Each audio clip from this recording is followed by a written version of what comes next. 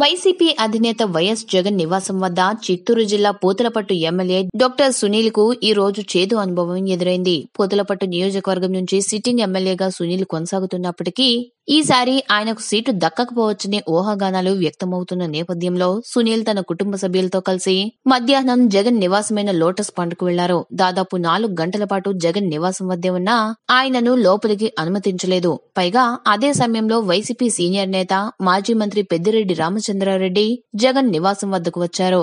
ఆ సమయంలో ఎమ్మెల్యే సునీల్ ఎదురుపడినప్పటికీ రామచంద్రారెడ్డి ఏమాత్రం పట్టించుకోకుండా లోపలికి వెళ్లిపోయారు. తనకు రాజకీయ భిక్ష పెట్టిన రామచంద్రారెడ్డి కూడా చూసి చూడనట్లు వ్యవహరించడంతో సునీల్ తీవ్ర మనస్తాపానికి గురయ్యారు.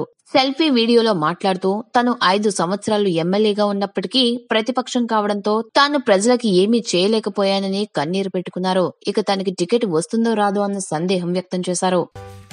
ఈ వీడియో కనుక మీకు నచ్చినట్లయితే లైక్ చేయండి, మీ ఫ్రెండ్స్ కి షేర్ చేయండి. ఇలాంటి మరిన్ని ఇంట్రెస్టింగ్ వీడియోస్ కోసం మా ఛానల్ ని సబ్స్క్రైబ్ చేసుకోండి.